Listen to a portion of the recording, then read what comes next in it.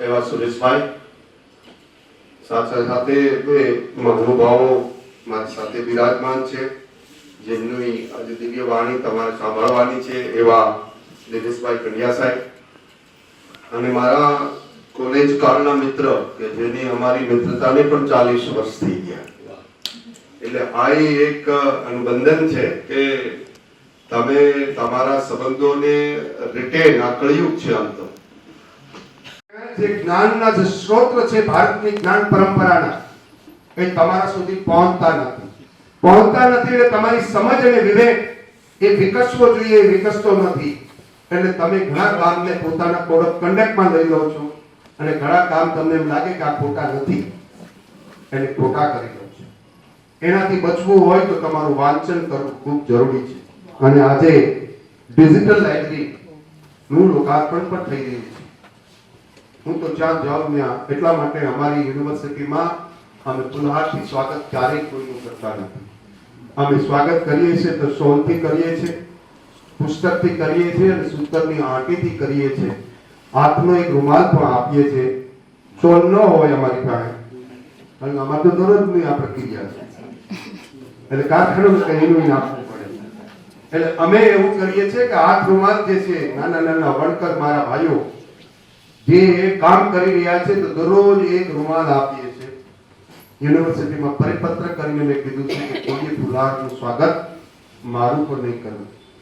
અમે ગવર્નર સાહેબ આવીએ એને પણ આ જ વ્યવસ્થા સાથે, પ્રધાનમંત્રી આવ્યા ગુજરાતમાં તો આ જ વ્યવસ્થા સાથે, કારણ કે ભોગ અને વિલાસ વાળું છે એનું નિમંત્રણ પણ આપણે જ દેતા હોઈએ છીએ. આવી બધી કે એ રાજી થાય, રાજી કરવાની જરૂર નથી. તમારા જ્ઞાન, તમારો વિવેક એટલે તમને ખૂબ નવીને હું વર્ણન કરું એ વિવેકની વાત નથી કરતો.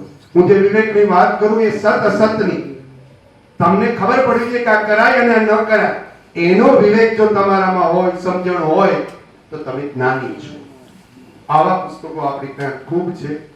મને હમણાં પણ એ વિચાર આવ્યો કે સંઘની 100 વર્ષની એ આખી વ્યવસ્થાની અંદર એ નાના એક પુસ્તકોનું પ્રકાશન કરી રહ્યા. એમાં દેવી અહલ્યાબાઈનું પુસ્તક હમણાં મારી પાસે નાનું આવ્યું, પણ સાથે સાથે સંસ્કાર અને ગુણ અને કર્મ આ ત્રણેય ઠીક ન હોય તો ભણેલો છે એ બહુ કામ આવતો નથી. એવું મારું એટલા વર્ષ પછીનું વલણું જે બહાર આવે છે આવું છે કે જેની પાસે ગુણ અને કર્મ છે એ જ લોકો અહંકારને તોડવા માટે એ આ પાથરણા પાથરીને સાફ કરતા હોય છે, ત્યારે એ પોતાનું કલ્યાણ કરતા હોય છે.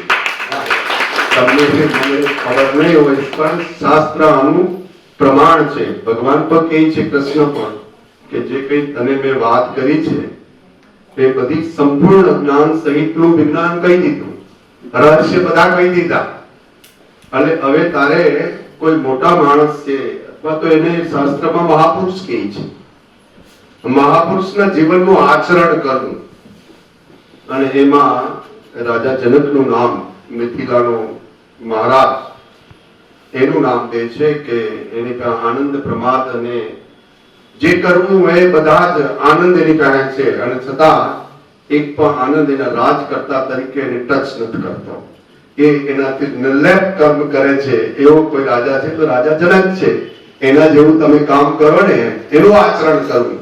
એમ તમારું જોઈને બહેનોનું કદાચ એવું બની શકે કે આવતી પેઢી, અને જ્યારે કોઈ પ્રકલ્પ આપણે લઈએ છીએ ત્યારે ભારતની તાસીર છે કે શરૂઆતને તબક્કે લોકો તમને ગાંડા પર ગણે. હજી તો એ નહીં કીધા તો સારું કહેવાય. નથી કે ગાંડા લોકો આજ રવિવારે ભેગા થવાના છે. શું આપણા વિશે બોલશે તો તમારે સમજવું, જેટલું ખરાબ બોલે છે એવું તમારે સમજવું કે તમે શુદ્ધ થઈ રહ્યા છો. જ્યાં ભોગનું કંઈક લેણું હશે અને એના માટે એને નિમિત્ત બનાવ્યા છે અને એ નિમિત્ત બનીને તમને શુદ્ધ કરી રહ્યા છે. તમારે રાજી થવાનું, પાછી ભગવાનને પ્રાર્થના કરવી કે ભગવાન એને સદબુદ્ધિ આપજે, એનું કલ્યાણ કરજે અને તમે કોઈ નવું કર્મ ન પાછું કરી જાઓ. અને એ ન કર્મ કરવું એ જ જાગૃતતા છે. જેવા જે હાઈલી મેચ્યોર્ડ જે કહે ને કે પત્રકારનું પણ એક આખું જગત છે અને એની પણ એક આખી જે ન્યાયાલય લોકશાહીની અંદર પાયા છે એમાંનો એક પાયો એ છે અને એ લખી રહ્યા છે ત્યારે યુનિવર્સિટીમાં નિમત બનીને એ વાઇલ્ડલાઇફ સેન્ટરમાંથી નાની મોટી રકમ એ આપીને એ પુસ્તક બહાર પાડે સાવજ અને સાવજનો અમે એક વખત રિલીઝ પણ કરી દીધું અમારે ત્યાં દબદબાભર કોન્ફરન્સની અંદર આખા ગુજરાતના લોકો 250-300 લોકો આવ્યા અને એની વચમાં એને રિલીઝ પણ કરી આજે એ પુસ્તકનો પરિચય પણ અને સાથે સાથે અમારા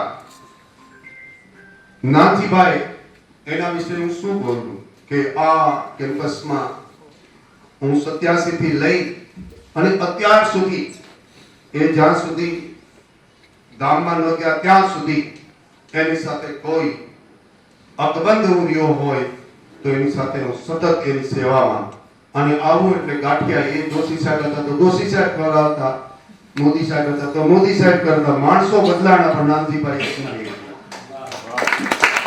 અને એને લડાઈ પર લડી આ સંસ્થાને સંવર્ધન કરવા માટે આનું રક્ષણ કરવા માટે જ્યારે લડાઈ લડવાની જરૂરિયાત પડી ત્યારે માણસે તમારી સાથે લડાઈ પર લડી અને આમ જ્ઞાતિગત સમીકરણો સૌરાષ્ટ્રના તો મોટા હોય પણ હું ક્ષત્રિય હોવા છતાં પણ એને બાપ થાય કે તું નાનજીભાઈ ભાઈ તમે અમારા બાપ છો એટલે હું મારું ઉદાહરણ આપું કે હું કુલપતિની વ્યવસ્થામાં છું શું છું વ્યવસ્થામાં છું અને એની અંદર જે કંઈ કામ કરી રહ્યો છું ત્યારે મારે દુર્ભાવ સાથે નહીં કરવું જોઈએ મારે સદભાવ સાથે કરવું જોઈએ અને સદભાવ એટલે શું કે એમાં મારી કોઈ પણ પ્રકારનો સ્વાર્થ ન હોય એમાં મારી આપણા પ્રતાપસિંહ સાહેબ એને મને મારી ઈચ્છા પૂરી કરી મારા પુસ્તકને એને ઉદ્ઘાટિત તો કર્યું પણ એને સ્પોન્સર આ યુનિવર્સિટીએ મારા પુસ્તકને પૈસા આપ્યા છે આ તકે મારા જીવનના સૌથી ઉત્તમ ઘટનાના એ સાક્ષી બન્યા છે એટલા માટે મારા સાવજ વતી અને ગીરના સાવજ વતી એ સરને હું ખૂબ થેન્ક યુ